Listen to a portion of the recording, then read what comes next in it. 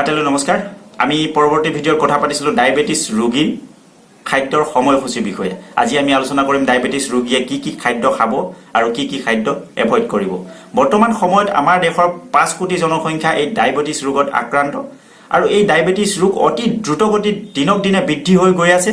যিকোনো সময়ত যিকোনো কাৰণত হ'ব পৰা এই মাৰাত্মক ডায়েবেটিছ ৰোগত আক্ৰান্ত ৰোগীয়ে কি খাদ্য খাব আৰু কি খাদ্য বৰ্জন কৰিব এই বিষয়ে আপোনালোকক কম। মই ডাক্তৰ হৰি, আপোনালোক সকলোকে ডাক্তৰ হৰিছ ৱেল ফিউচাৰ চেনেললৈ স্বাগতম জনাইছোঁ। স্বাস্থ্য সম্পৰ্কীয় গুৰুত্বপূৰ্ণ ভিডিঅ'সমূহ পাই থাকিবৰ কাৰণে চেনেলটো ছাবস্ক্ৰাইব কৰিবৰ কাৰণে অনুৰোধ জনাইছোঁ।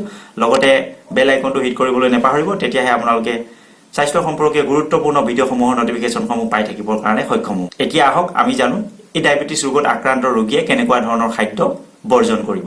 চেনি, জাম, জেলি, গুড়, মিঠাই, মৌ, বইল কেক, কালাকন আদি ডায়েবেটিছ ৰোগীয়ে খাব নালাগে। ঘি, মাখন, ভজা, জ্বলাপোৰা আদি খাদ্য ডায়েবেটিছ ৰোগীয়ে খাব নালাগে।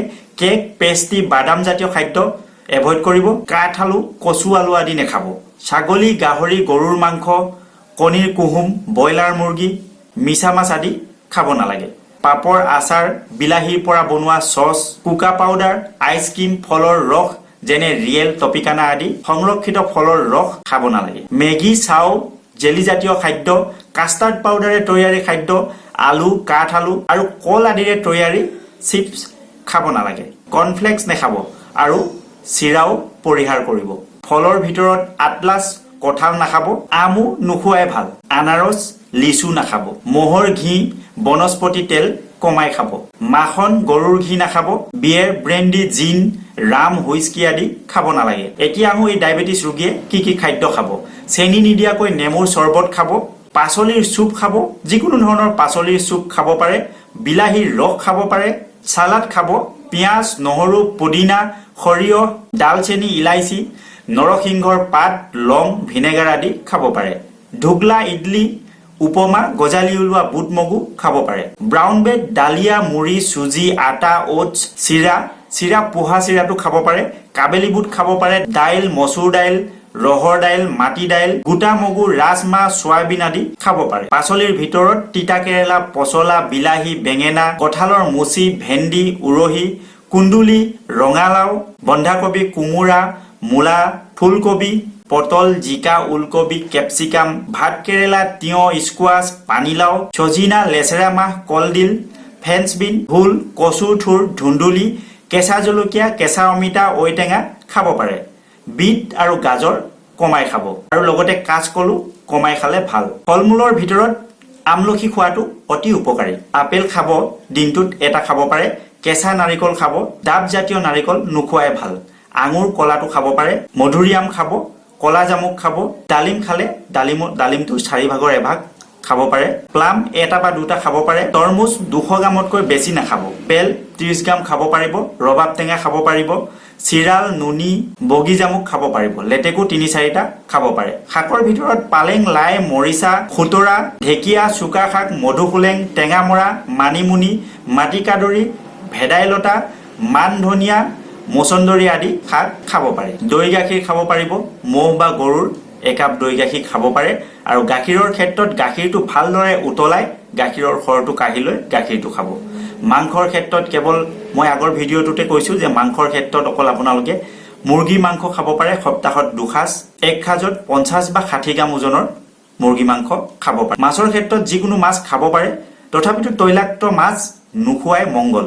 আৰু লগতে চালানী মাছ একেবাৰে নাখাব। তেল 2-3 চামুচ তেল খাব পাৰে। পনীৰৰ ক্ষেত্ৰত নাৰিকলৰ পানী 1 কাপ খাব পাৰে। চাহ, ৰঙা চাহ খাব চেনি নিদিয়াকৈ। লাচি 1 কাপ খাব পাৰে। চুপ, বিলাহী, ভেজিটেবল আৰু চিকেন চুপ খাব পাৰে। হৰলিক্স যদি খায় আপোনালোকে হৰলিক্স লাইটটো খাব পাৰিব। বিস্কুটৰ ক্ষেত্ৰত মেৰী বিস্কুট 3খন খাব পাৰিব। নিমখীয়া বিস্কুট হ'লে মানে 3খন খাব। আৰু যদি ডাইজেষ্টিভ বিস্কুট হয়, নিউট্ৰিচইচ ডাইজেষ্টিভ বিস্কুট হ'লে আপোনালোকে 2খন বিস্কুট খাব পাৰে। আখৰোট 8-10 মিলিগ্ৰাম খাব পাৰে। বাদাম 20 গ্ৰামতকৈ বেছি নাখাব। আৰু এলমণ্ড 10-12 গ্ৰাম খাব পাৰিব। ডায়েবেটিছ ৰোগীয়ে খাদ্য খোৱাৰ নিয়ম মানি চলিব। এই নিয়মসমূহৰ ভিতৰত হ'ল কম খাদ্য ঘনাই খাব আৰু সদায় একে সময়তে খাদ্য গ্ৰহণ কৰিব। যদি আপোনালোকে ৰাতিপুৱা 9 বজাত ভাত খায় তেনেহ'লে প্ৰতিদিনাই 9 বজাত খাবলৈ চেষ্টা কৰিব। দুপৰীয়া যদি 1 বজাত খায় তেনেহ'লে 1 বজাতে খাবলৈ চেষ্টা কৰিব। ঠিক তেনেদৰে ৰাতি যদি আপুনি 8 বজাত ভাত খায় ঠিক তেনেদৰে 8 বজাতে খাদ্যৰ সময়সূচী মানি চলিবৰ কাৰণে চেষ্টা কৰিব। খালী পেটত কেতিয়াও নাথাকিব আৰু প্ৰয়োজনতকৈ অধিক কেতিয়াও নাখাব। আঁহযুক্ত খাদ্য বেছিকৈ খাব। আঁহযুক্তৰ খাদ্যৰ ভিতৰত ৰঙা আটা, গোটা মগু, শাক পাচলি, ফল মূল আদি এই খাদ্যবোৰ অত্যাধিক গ্ৰহণ কৰিব। নিয়মিত ব্যায়াম কৰিব, যোগাসন কৰিব, নিয়মিত 35-40 মিনিটকৈ খোজ কাঢ়িব।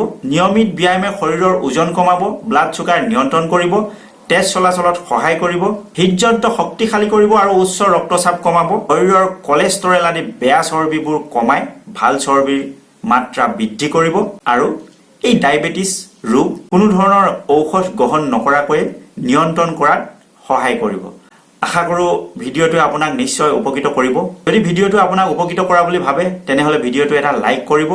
আপোনাৰ লগতে যাতে আপোনাৰ আত্মীয় স্বজন বন্ধুবৰ্গ আৰু এই ডায়েবেটিছত ভুগি থকা শ ব্যক্তি যাতে উপকৃত হ'ব পাৰে তাৰ বাবে মোৰ এই ভিডিঅ'টো ফেচবুক, হোৱাটছআপ আদিত শ্বেয়াৰ কৰিব। আপোনালোকক স্বাস্থ্য সম্পৰ্কে সজাগ আৰু সচেতন কৰি সুস্বাস্থ্য অধিকাৰী কৰাটোৱে আমাৰ প্ৰধান লক্ষ্য আৰু উদ্দেশ্য। আশা কৰোঁ আমাৰ লক্ষ্য আৰু উদ্দেশ্যত উপনীত হোৱাত নিশ্চয় সহায়ৰ হাত আগবঢ়াব। আজিলৈ আহোঁ, পৰৱৰ্তী ভিডিঅ'ত পুনৰ লগ পাম। ধন্যবাদ।